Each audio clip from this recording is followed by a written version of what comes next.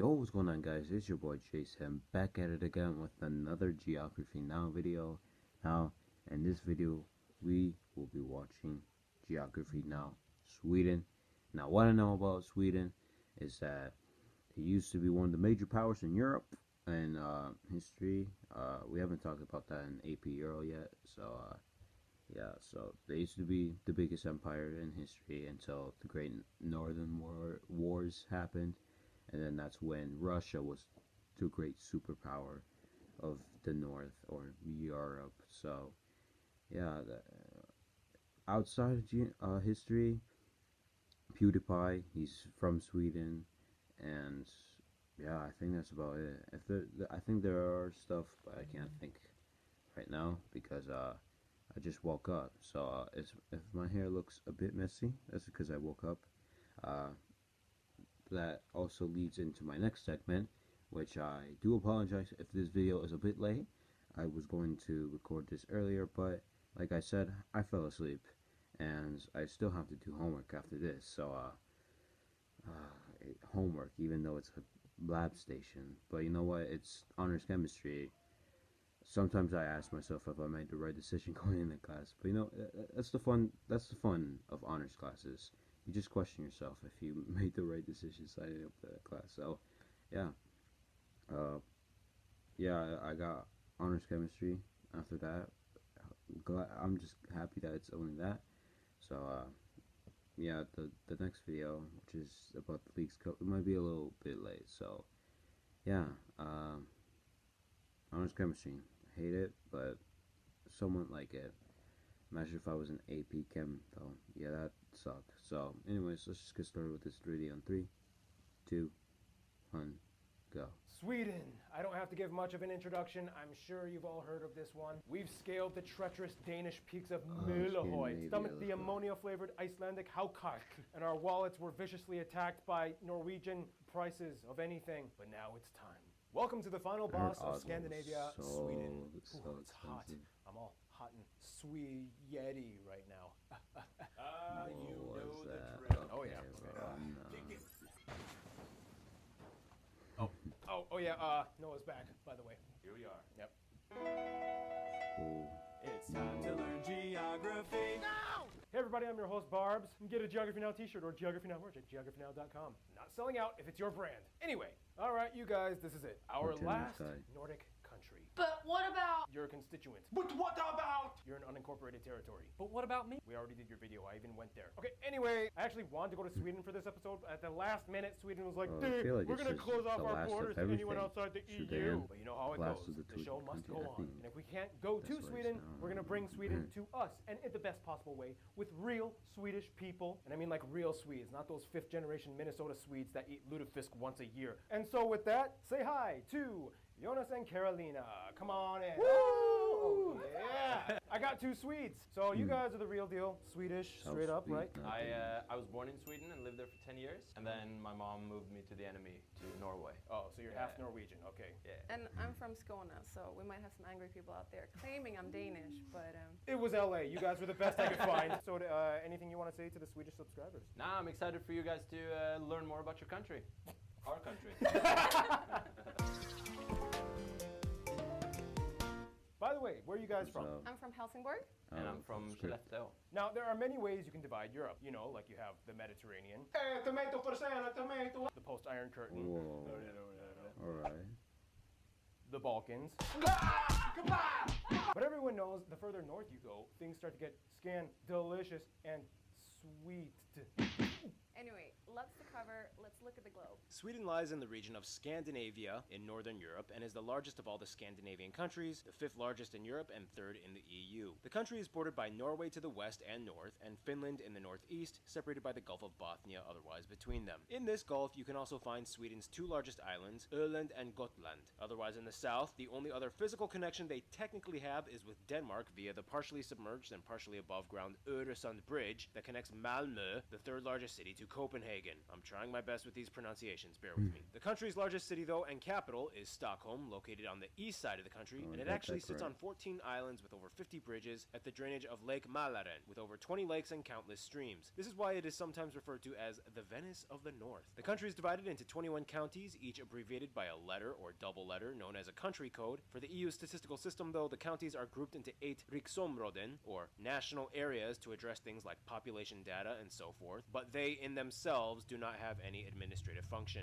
Otherwise, if you ask a Swede, they might revert back to the 3 traditional lands of Sweden: Norrland, Svealand, and Götaland. Technically, there was a fourth, Österland, which was basically South Finland when it was under Swedish rule, but that term hasn't been used since the 15th century. Anyway, Stockholm is also the central hub of economic activity and transportation. The largest and busiest airport is Stockholm's Arlanda International, which, like so many European international airports, is located super far from the actual city. It takes a 20-minute express train or 45-minute car drive to downtown. The second largest airport, Landvetter International, is located in the second largest city, Göteborg, or Gothenburg for the misguided English speakers. Göteborg actually also has the largest shipping port in the country and the largest in all of Scandinavia, taking in about a third of all Swedish trade activity. It lies on the Kattegat and Skagerrak, the shallow straits that open up Scandinavia to the rest of the world. With other major cities like Oslo and Copenhagen within radius, here about 70% of all industry and commerce through Scandinavia happens. It's a busy spot, to say the least. Finally, the country has quite an organized system of roads and rail networks that more or less parallel each other. There are 2 main north-south highways, the E4 that hugs the entire Bothnia coast, and the E45, the longest road in the country that goes along the mountains inland from Göteborg all the way to the border with Finland in the north.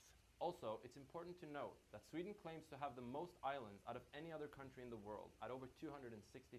In any case, Sweden's domain wasn't always Not confined even to a these country borders. from For like starters, Sweden, being the Scandinavian, archipelagos obviously of have Viking like history. If you know anything about Indonesia Vikings, you'll know that they went places. They were literally in the Americas 500 years before Christopher Columbus. And when they couldn't conquer an area, they still left their mark somehow. Even the Hagia Sophia in Turkey has runic inscriptions hidden on it. It was like Viking graffiti, like Vikings were here. On top of that, in the 1600s, Sweden started to become a European powerhouse, and like many other countries, took an attempt at settling and colonizing places outside of Europe. At one point, Sweden had fortresses and colonies in the Americas, Africa, mostly in what now is Ghana. Further which it's more, within Sweden, you even have a few micronations. We don't have time to get into each of them, but they're pretty interesting. One of them was made as a protest by an artist to protect those wooden sculptures. Anyway, the developmental structure behind Sweden has a lot of history behind it. Like Visby on Gotland Island, probably the best preserved medieval city in Scandinavia. The Old Town Stockholm neighborhood of Gamla Stan was built as a fortress to protect against pirates. Later on, one of your kings would actually become a pirate, but that's another story. In fact, the country has 15 UNESCO heritage sites, and actually, here's fellow geographer Rebecca to explain a little bit more about the top notable sites of Sweden. Rebecca, take it away. Hi everyone, my name's Rebecca, and if you're ever in Sweden, here are some of the most notable sites. There are plenty of notable castles, fortresses, and cathedrals, such as Drottningholm Castle, Gripsholm Castle, Örebro Castle, Visby Town Wall, Uppsala Cathedral, and St. Mary's Cathedral. Sweden also has the highest concentration of runestones in the world, with the most famous one being Rökstenen. There's also many historical Viking sites, such as Birka Viking Village, Trelleborgen, Old Uppsala, and Alestena. If you're looking for more excitement, check out the theme parks Liseberg, Gröna Lund, and Skara Sommarland. Notable museums in Sweden are the Vasa Museum, ABBA Museum, Fotografiska, and the Museum of Natural History. In Stockholm, you can find the newly renamed Avicii Arena. It also acts as the sun and the largest scale model of our solar system. Thank you, and I hope you come to visit Sweden someday. Thank you, Rebecca. Speaking of Swedish places, like other Nordic countries, we have allemansrätten, which is the legal right to roam anywhere in nature. Have you guys ever taken advantage of that allemansrätten thing? Nice. You just like pick berries and like, hey. Yeah, I mean, most places are owned by the country, so you're allowed to be there. Can you just like walk in someone's backyard and be like, hey? No. Allemansrätten? No, it has to be Preferably public not. land. Well, speaking of roaming in nature, there's lots to explore in Sweden, which brings us to... Now, in the Nordics, each country kind of has their own trademark physical trait. You know, Norway has the mountains and fjords. Denmark has the flat grassy farms. Finland is the land of lakes. And Iceland is basically just one big volcano. And then you get to Sweden and it's like a little bit of everything. Yes, there's even a small sand volcano in Sinishamn. Sweden lies on the Scandinavian peninsula of northern Europe, shared with Norway on the east side of the Scandinavian mountain chain that separates them. Here you can also find the tallest peak, Kebnekaise, in the far north. This means that Sweden gets most of its river runoff from the mountains that mostly flow down into the Gulf of Bothnia, and the longest river shared with Finland being the Torne or Tornio River. The longest river fully within Sweden, though, being the Dalälven River. Amongst these rivers is an abundance of lakes and ponds peppering the flatter hilly valleys below, the largest of these lakes being Vänern and Vättern in the south. The reason Sweden has so many of these pockety lake zones and eroded rivets is because they sit on a post-glacial rebound zone. Basically, during the Ice Age, all this land was crushed by heavy ice. But after the ice melt, like a sponge, Sweden started to slowly spring back up again. This means every year Sweden recovers on average about 4 millimeters of land from the sea. In some places, even more. This is why you might see extended piers from old homes that once used to be situated on the shore. The country has 4 general climate zones: the oceanic zone in the south by the Baltic Sea. This is also where most of the agriculture is situated. The continental zone is in the middle part of the country. And finally, the subarctic in the north just above that. These areas have the highest forest concentration in the country. Also, the peaks of the mountains are classified as tundra. The top 15% of Sweden lies just north of the Arctic Circle, where the coldest temperatures and highest snowfall happens. Otherwise, in the south, they might not even get any snow at all in the winter. Just cold, depressing rain. Numbers fluctuate depending on which source you study, but somewhere around or above 60% of the country is forested, making it the second most forested country in Europe after Finland. It's also important to note that Sweden has aprilväder, or April weather, in which, It's pretty crazy. Yeah. Pretty much anything can happen. Yeah. Yeah. Well, the sun is finally out after 6 months of darkness. So clothes come off. We sit in the sun. Oh, whenever you see a sweet too, expect this. Facing the sun, eyes closed. And then all of a sudden a storm hits or snow comes or... Out of nowhere. Yeah. I don't know where. The interesting thing, though, is that Sweden in the past was kind of not much like what they are today. In fact, at the beginning of the 20th century, much of Scandinavia was struggling with widespread poverty. However, much like Germany's Wirtschaftswunder, they had the rekordåren, in which Sweden's economy bursted with now industries and innovation. And today you have the largest economy and most powerful nation in Northern Europe. To explain a little bit more on the way Sweden takes what it has and flourishes, here's Noah. He's back! Well, here we are. Once again, let's get to it. Despite having lush green lands, only about 7% of the country is arable. Therefore, agriculture isn't exactly their main focus. Today, much of Sweden's open market economy is heavily based on exports, especially in the timber and mining sectors. The largest mine in Kiruna is actually so large they are currently in the process of moving the town and residents to make more mines. This is how Sweden in the 21st century became the world's 6th largest iron ore exporter and 3rd largest stainless steel exporter. And of course, lumber. The Swedes love trees so much that a long time ago during famine times, they would put crushed tree bark into their rye bread, which was actually good because the bark had lots of minerals and fiber. Go figure. The lumber industry plays a huge role in their world-renowned furniture and commerce. We've all heard of IKEA having over 450 stores in about 60 countries. IKEA. They actually studied that in design school. Is that true, Noah? That is true. Not that I do it, but here we are. You might be familiar with other Swedish companies like Electrolux, Ericsson, H&M, Saab, Scania, Spotify, and of course the largest domestic company and only one on the Fortune 500 list, Volvo. Great cars, I might say. And that is that. Until we meet again. Thank you, Noah. Now, going off of business talk, domestically, Sweden does have a pretty complex system when it comes to taxes that plays into their fiscal structure. As of 2021, their individual tax rates range from about 32% to 52% based on income bracket margins. And that's not even including other factors like corporate value-added taxes, which can be up to 25%. When you add them, you get the second highest total tax revenue behind Denmark as a share of its country's income. Yeah, that's, you guys kind of have high taxes. Well, we also have healthcare. And good schools. And good roads. We get free food, roads. Roads! In any case, another interesting thing about Sweden is its wildlife. And with that, here's Gary Harlow to explain. Guess who's back? As a Nordic country, Sweden is obviously a place full of cold climate animals. In fact, they have the 3rd highest number of their national animal, the moose, or the Eurasian elk, after Russia and Canada. There's so many moose that they actually have to hunt around 100,000 every year to maintain population control. Killing your national animal because there's too many? Go Sweden! There are 30 national parks and nature prediction zones, and the most famous being in the North Lapland areas where reindeer, muskox, grey owls and brown bears can be spotted roaming freely. Fun fact, Reindeer have climate-adapted feet in the summer. Their spongy foot pads are more exposed, which help with traction. But in winter, the pads shrink and the hoof is exposed, which helps cut into the ice when moving. Finally, Sweden is one of the few places in the world with a real taxidermised whale. The mouth used to be open for visitors to walk into, but it was closed off to the public because a couple was caught having sex in it. Speaking of making babies, I made one myself.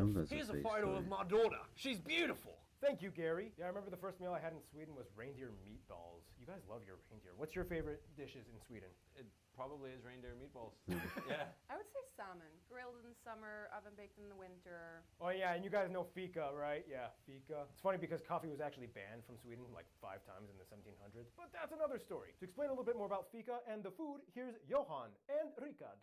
All right, guys, well, this is fika, and to explain, here is Johan. So in Sweden, fika is a huge tradition. It's something you do daily. It's a part of a workday break where you kind of like gather, you sit down, and you have coffee. Historically, it's been that 7 types of cookies minimum, plus cinnamon rolls and cardamom rolls, and then pastries such as princess cakes and other things. Every day, but not necessarily this many sorts. I wanted to give you a cross section of what it could be. So, and then the most famous on the bottom would be the princess cake. Right, so if I'm gonna try some, I have to have some marzipan. Very late. So many layers. I know. Wow. Hello there, my name is Dick and I'm here to talk about some of the foods. We have kroppkakor or palt, depending on if you are from the north or the south. Sill, or as you would call it, herring. We have reindeer, pea soup, cauliflower soup, surströmming or sour herring, but eat at your own risk. All this foods can be eaten at the traditional smörgåsbord or smörgåsbord, basically a Swedish buffet. We also have Kalles or Charles caviar. It's a Swedish style of smoked cod roe, not that super expensive. And of course we have knäckebröd! And the traditional national dish of Sweden, Swedish tacos. Over to some drinks from Sweden. We have akvavit or flavored caraway liquor, julmust on Christmas, and påskmust on Easter. Glögg, we have glögg. And of course my personal favorite, punch. It's made by the mixing of spirits like arak, brandy or rum with the arak tea with some sugar and water. Very sweet, very strong and very nice. Thank you, Johan and Rikard. Oh, yeah, you guys also have something about like the alcohol in Sweden. Can you guys explain what is that? It's called the Systembolaget, which is like the Swedish system of selling heavily regulated alcohol at state-owned stores at set prices. So you can be 18 and go to a bar to get liquor, but you can't buy it at a store until you're 20. Correct. Logic. Logic, yeah. The way it goes is that Norwegian people go to Sweden to buy alcohol, Swedish people go to Denmark to buy alcohol, and Danish people go to Germany to buy alcohol. You guys all have a system. Yeah, we have a system for cheap alcohol. So this is probably a bunch of 16-year-olds taking a ferry over to Denmark. The ferry itself is a party. I've been on that ferry. I've been on that ferry with my mom between Helsingborg and Helsingør. Oh, and a funny story, I was told when potatoes were introduced to Sweden, it was kind of like this. What are these things? Well, obviously, liquor. And that's how aquavit was born, supposedly. Oh, what's that thing about candy on Saturdays? Potato. That sounds disgusting. You get to eat candy on Saturdays. So when we were kids, we got a little amount of money. We got to run to the store and pick our favorite candy. It's amazing. Best in the world. I mean, yes, good ingredients. When you come here, pretty much half the ingredients of American candy is illegal. I just want to show it again. Yeah, we do that. Well, on that note, we've talked a lot about some of your small little traditions. Let's explain a little more in... I asked geography Johan to explain Swedish people and what they're like, and he described it something like this. A Swedish person is pretty reserved. They will definitely help you, but probably won't take the immediate initiative to help you. The way I see it, it's kind of like, oh no, I hope I don't fall. Oh, I'm falling. Oh, and I dropped my wallet. And I got the results of the test back. I definitely have breast cancer. You really combine like... Can help me? Oh, I'm sorry. Was I supposed to help you? Yeah, oh my God. Yeah. Also, what are some other kind of taboos in Swedish culture? What do you think? I guess when you get on the bus, if there is another available seat and you go sit next to someone, don't do that. Just don't. And don't have too much eye contact in general. Preferably none. Explain, what is logom and jantelov? It's a law that basically tells you that don't think you're better than anyone. It's like, don't tell people that you got good grades. Just get them and move on. But still, you know, kind of let them see it on you. Yeah, it's definitely based on status. Lagom is this word that does not exist in English, and it basically means not too much, not too little, just the perfect amount. I would say that a Swedish person is generally intelligent.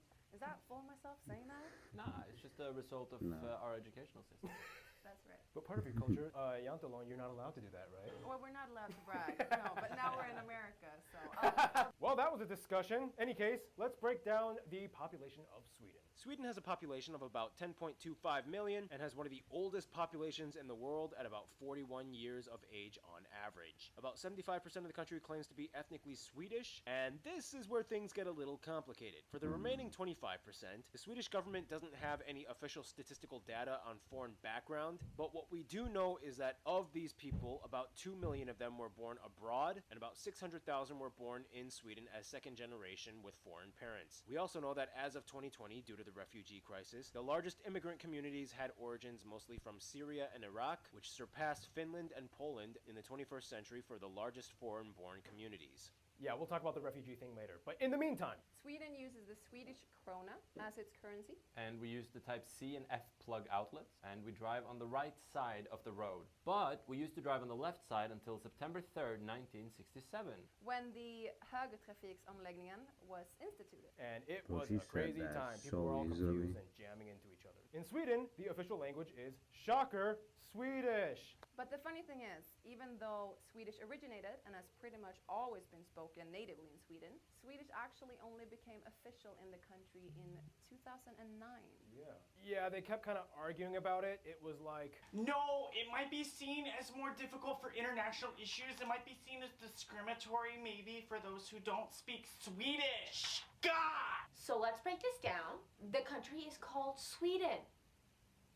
What the do you think people should speak in Sweden? And that's how Swedish became the official language of Sweden. We've explained this before, but the three Scandinavian countries can all more or less understand each other. If you learn one, you can pretty much kind of communicate with the others. It's just, you know, Slovak. Danish, it's like, oh, hey, Denmark. Interesting. And the interesting thing is that the Swedish language has pitches. Here's geography Marcus to explain a little bit more. So yeah, Swedish is a very hard language to learn. We also have pitch dialect. Some words every European look and are pronounced exactly the same, but have different meanings. So the word plan, it can mean a plan, like having a great plan. It can also mean pitch, like a football pitch. Fotbollsplan, banan, which means banana, but if you pronounce it banan, it means the track. Thank you, Marcus. In any case, on top of that, there are also 5 protected languages in Sweden. Finnish, Menkal, Sami, Romani, and Yiddish. Also, Sweden has a lot of regional accents. If she spoke her native language right now, or you don't even say dialect, you say language. Native dialect, I wouldn't understand a word. Say the most difficult southern Swedish thing you can say. Okay, this is not my accent, okay? Disclaimer. Det är nämnt men tradigt att köra rulleball. It is easy but difficult to drive a roller coaster? Wheelbarrow, but that was really good. Right? Yeah. All right. Yeah. You thought wheelbarrow was roller coaster. Whoa! In any case, Christianity was introduced in the 9th century. Today, most Swedes, regardless of their level of religious devotion or lack thereof, are at least registered with the Swedish Lutheran Church. And like the Danes and Norwegians, they have their I do love Reformation. at age 14 or 15. In old times, ancient Swedes and the Norse people followed the Asatro religion, you know, where Thor, Odin, Loki, all of them are from. Otherwise, Sweden is a constitutional monarchy, although they are mostly seen as just figurehead celebrities with almost no actual legislative power. And today, the royal family is actually French descended. For what it's worth, being the largest of the Scandinavian countries, Sweden has a lot on its plate. In general, most people would say that the system works. Yes, we do have one of the highest life expectancies in the world at over 82 years. People get paid to go to schools, they are accepted in. Healthcare is free for people under 18. Dental is free for anyone under 23. Otherwise, there are price caps for medical and pharmaceutical services, and they're usually cheap. However, for the population, there is a bit of a shortage in medical facilities, and like most state-subsidized healthcare systems, wait times can be an issue sometimes, and they follow the 0-30-90-90 rule. This rule states that a person cannot wait more than 90 days to see a specialist and 90 days after diagnosis to receive surgery unless it is deemed an emergency. This means that the worst-case scenario, potentially, it could take almost half a year to get treated. This is one reason why 1 out of 10 Swedes actually prefer private insurance, which was, made available in 2010 rather rather than relying on universal healthcare system. Otherwise, we aren't going to fully sugarcoat this episode. Everyone knows that Sweden has seen quite a few drastic changes in the past decade or so. During the 2014-15 refugee crisis, Sweden saw a wave of asylum seekers, mostly from Syria and Iraq. Obviously, this unexpected influx in such a short time, barely allowing the new immigrants time to integrate, kind of played out in many ways that made international news. Now, this is where the narrative kind of steps on thin ice, because you want to be seen as compassionate, but you also can't avoid the fact that statistically problems that quiet Sweden had never really seen before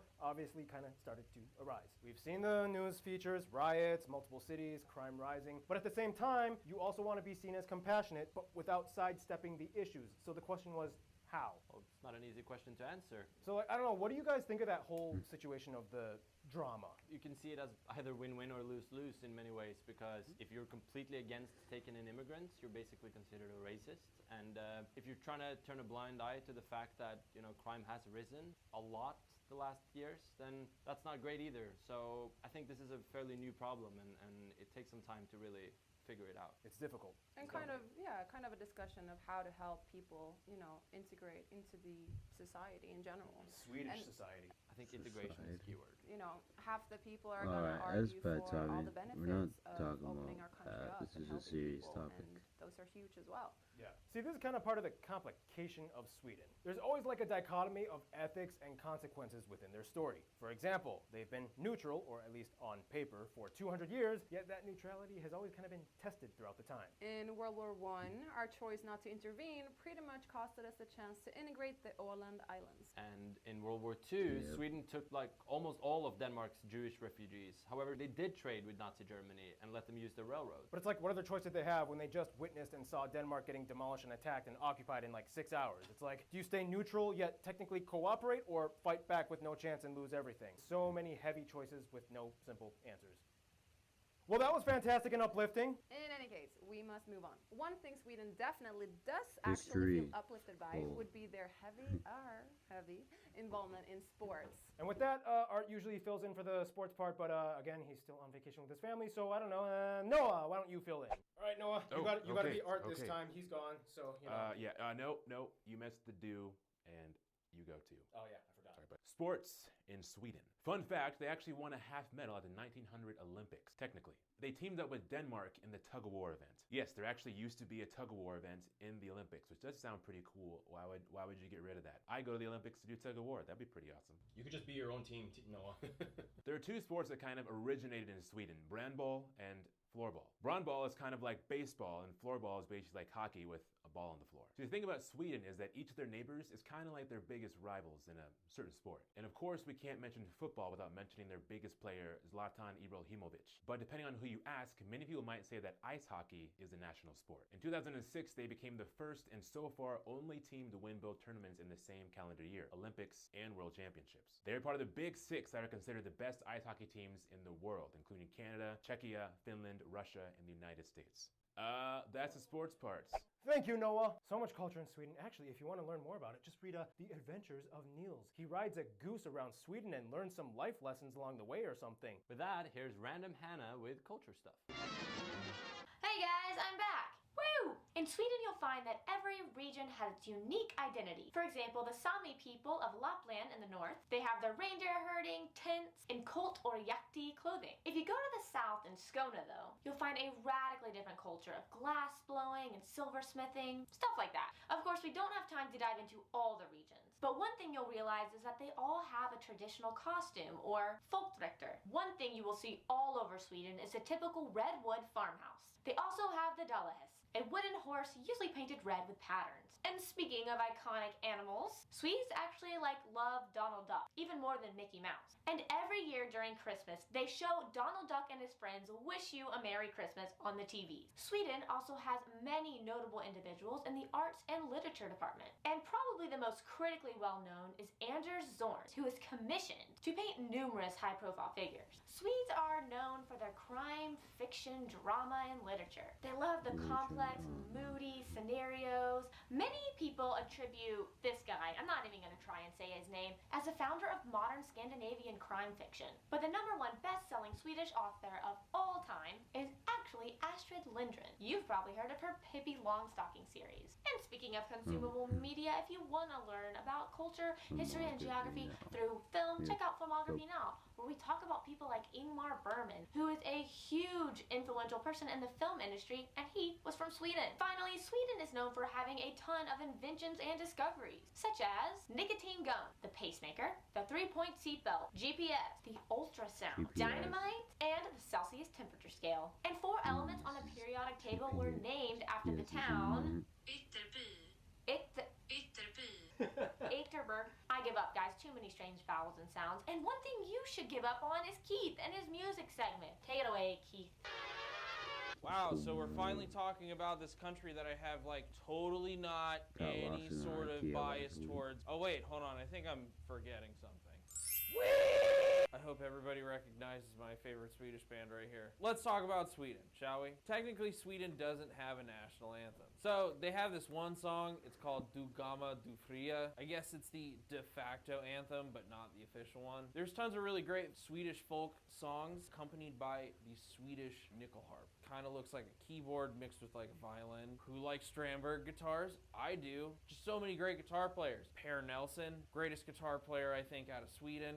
There's also Yngwie Malmsteen, Ola Öglund, Michael Ackerfeldt. I don't understand why Scandinavia has produced some of the world's greatest guitar players. Anyways, Sweden has also a very pop-centric side. Who doesn't know ABBA? I Want to Be a Dancing Queen. ABBA won in 1974 for the Eurovision contest. Also, now ABBA's actually going to be making a new album after doing 40 years of basically nothing. Since then, Sweden has been kind of the pioneers of like electro pop and dance music. More well-known artists might be like Avicii, the Carnigans, Swedish House Mafia, Roxette. Funny thing is, a lot of American pop songs were written by Swedes. Max Martin has hundreds of songs. Before I go, some of the bands that I really do enjoy are Opeth, Meshuggah, Pain of Salvation, Sabaton, there's Beardfish. I wish I could name them all. Anyways, you guys have a great one. Love y'all. Thank you, Keith. Any music suggestions for Swedish music? Robin. She's a great musician. Benjamin Ingrosso is killing it. Well, speaking of which, Carolina is a musician and an artist, and you can follow her Spotify at this link right here. No. I will promote it. I will promote your Spotify. Don't be all Logum or Yantalo and whatever that is on me. You got to promote yourself. This is America. So far released 3 Swedish songs, 1 English She's song. like me. You want to promote anything? You have a Cool. website? Anything? No. You were in a Norwegian movie and it got an Emmy Award. Yes. Yeah. Yay. Yeah, your music has touched the world in so many ways. And another way Sweden has made its name across the world is by interacting with it. So let's move on to the friend zone.